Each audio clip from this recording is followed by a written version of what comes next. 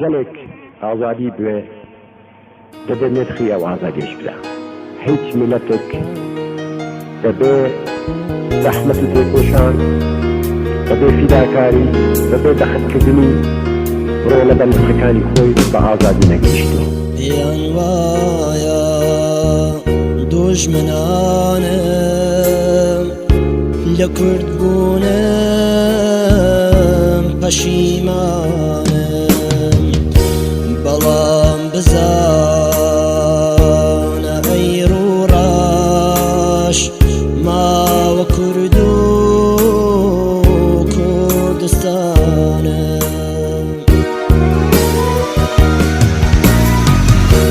بأنفال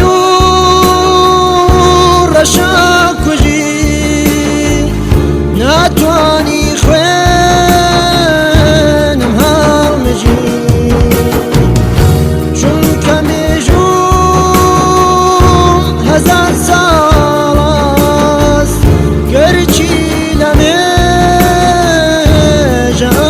كجي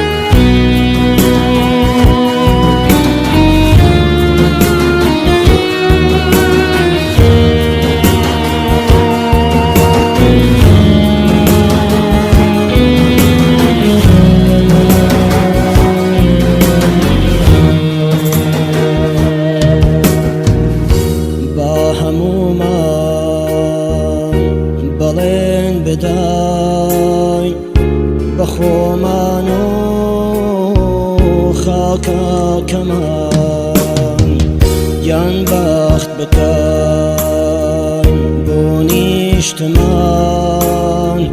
بە سەربەز بێ ئاڵاکەمان.